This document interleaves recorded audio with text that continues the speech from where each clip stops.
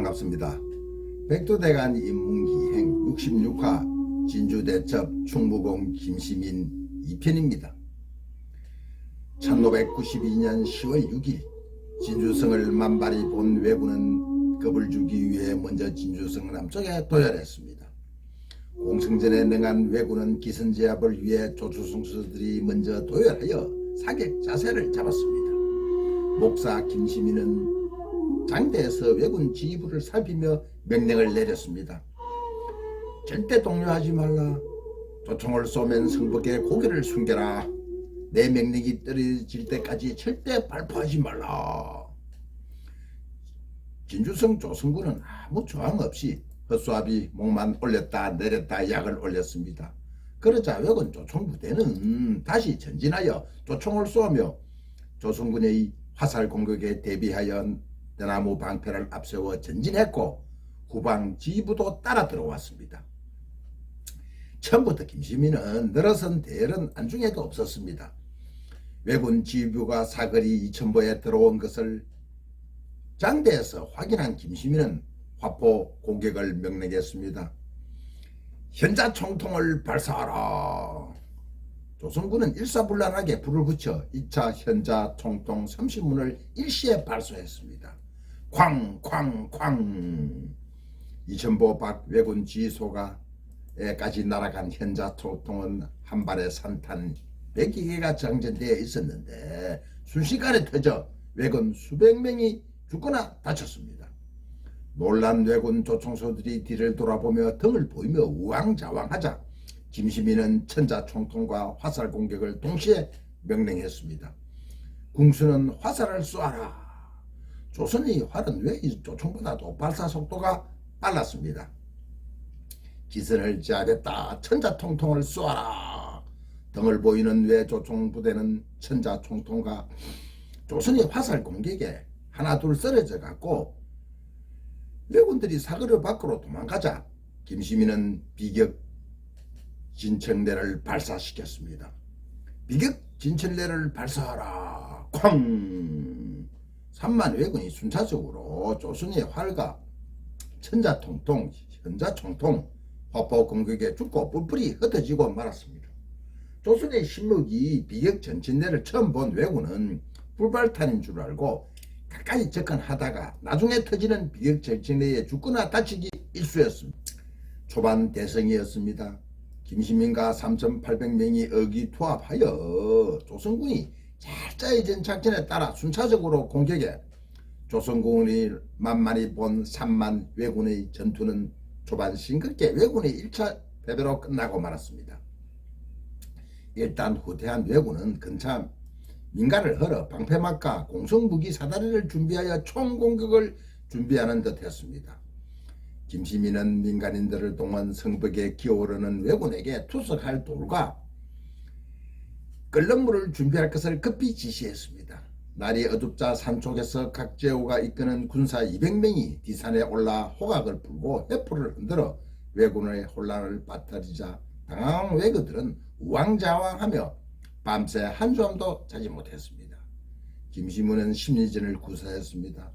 악공에게 구슬픈 대금을 불게 해 왜군의 사회극기를 저하시켰고 왜군은 7일 어량 남강 정남진 늪지대에서 각제호가 이끄는 50여 명의 군수에게 2000여 명의 왜군이 조총 한 판 쏘아보지 못하고 몰살한 것을 매우 두려워하고 있었습니다. 어병장 각제호는 10여 명의 부하에게 똑같은 홍의를 입히고 치고 빠지는 신출기몰 작전으로 왜군을 혼란하게 만들었습니다. 비가 오면은 약점을 보이는 조총의 단점을 이용 후방 식량 탈취 소란 왜군의 후방 교란 작전으로 청강 홍의장군이라는 소리를 들었습니다. 어병장 각제호는 신철구몰을 했습니다. 금방 산에서 횃불을 들고 나타나기도 했고 눈 깜빡할 사이에 홍의를 입고 난강 건너편에 나타나기도 했습니다. 어병장 각제호는 같은 홍의를 입은 10여 명을 순차적으로 출격시켰습니다. 10월 7일 8일 왜군은 여러 번 사다리를 들고 벌떼같이 성을 공격하였으나 김시민의 화포 공격, 진주성 관민의 투석전, 안악들이 성을 기어오르는 병사들에게 끓는 물 쏟아붓기 등으로 단 한 명도 기어오를 수가 없었습니다.